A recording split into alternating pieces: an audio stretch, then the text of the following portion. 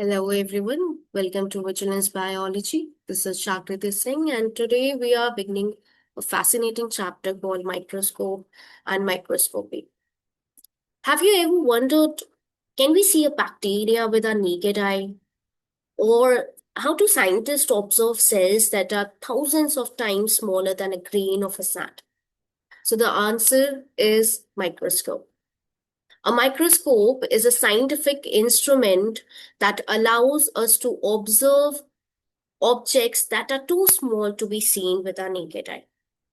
This word microscope it comes from two Greek words, micro, which means small, and scopion, which means of viewing. So basically, microscope literally means an instrument which is used to observe very small objects.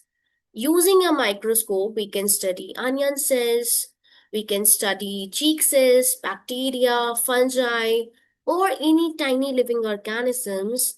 Also, we can see dust particles. Doctors, they also use microscopes to detect germs and they diagnose diseases.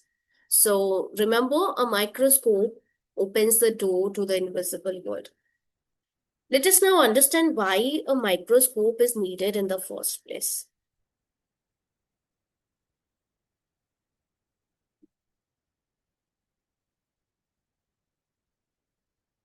So before microscopes were invented, scientists could observe only, objects which were visible to naked eye. But there was one major problem that cells are extremely small, right? So they are much smaller than the resolving power of the human eye.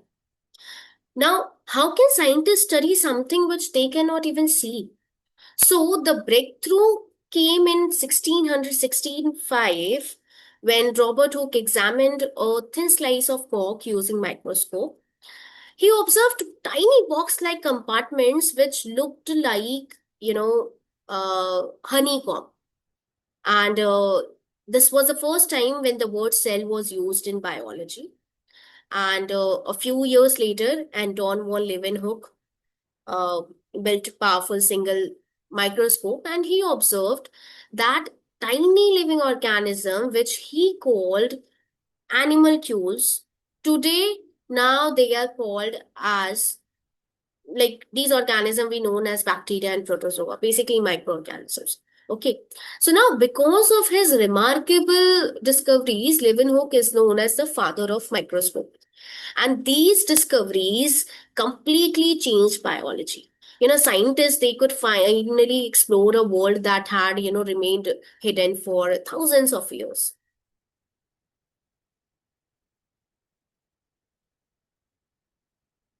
Now, let's just try to understand an important concept which is called resolution. So, imagine two tiny black dots which are drawn on a sheet of paper.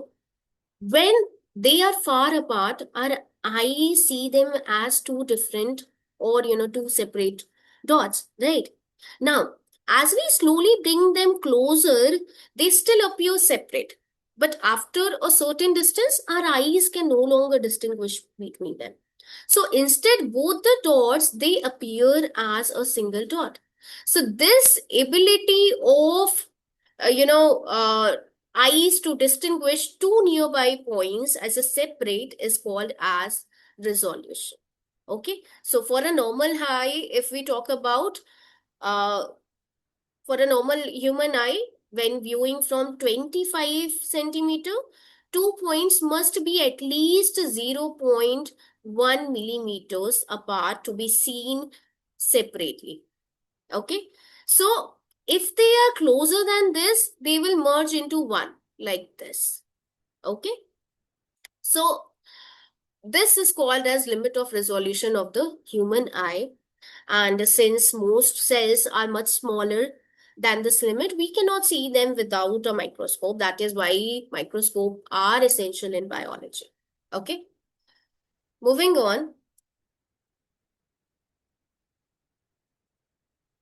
So let's just take a quick journey through the history of microscope. So everything began during the 13th to 15th centuries, when people used a simple magnifying glasses. Now in 1590, there were two scientists, Hans and Zacharias Janssen. They developed the first compound microscope using two beams. Okay, using two lenses. So now, in year 1665, as we discussed earlier, Robert Hooke discovered Cox's and introduced the word cell. Okay. Now, in year 1670s, Anton von Leeuwenhoek, he observed microorganism using powerful single lenses and, using powerful single lens microscope. And later, scientists continued improving microscopes. Now, in year 1878, Ernst Abbe explained how resolution depends on the wavelength of light. And during the 19th and 20th centuries, better lenses and brighter illumination greatly improved light microscope. And then they came a revolutionary invention in 1938. Ernst Ruska. So Ernst Ruska developed the first electron microscope instead of visible light. So it uses electrons, allowing scientists to observe viruses and tiny cell organisms. Finally, in year 1953, Fritz Zwinnike, he developed the phase contrast microscope, which allowed the scientists to observe living cells without staining them. Every advancement made microscope more powerful and helped scientists to discover more about life. Okay.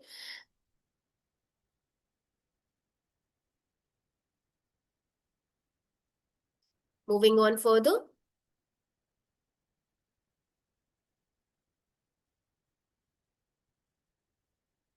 Now, let us discuss the key parameters in microscopy. So, whenever we study a microscope, there are three important terms which appear repeatedly. So, these terms are resolution, contrast, and magnification. Now, let us try to understand each one.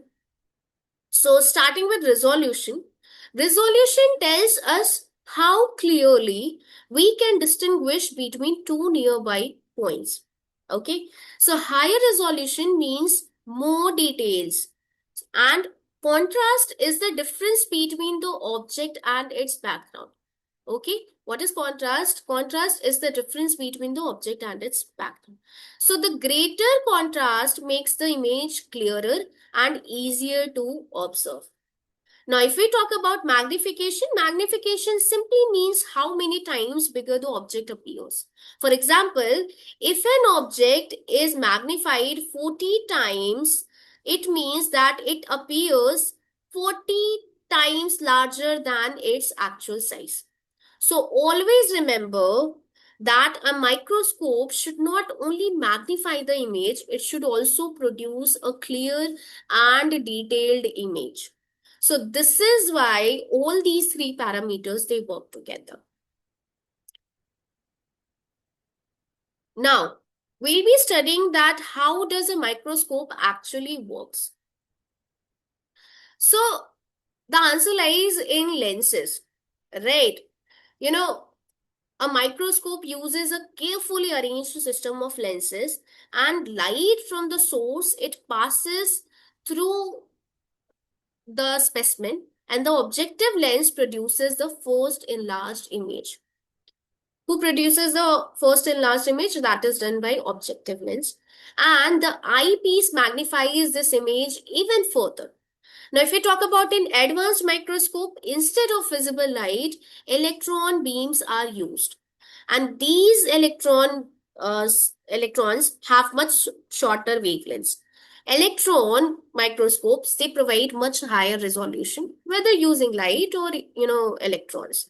So the goal actually remains the same, which is to produce a highly enlarged and detailed image of the specimen.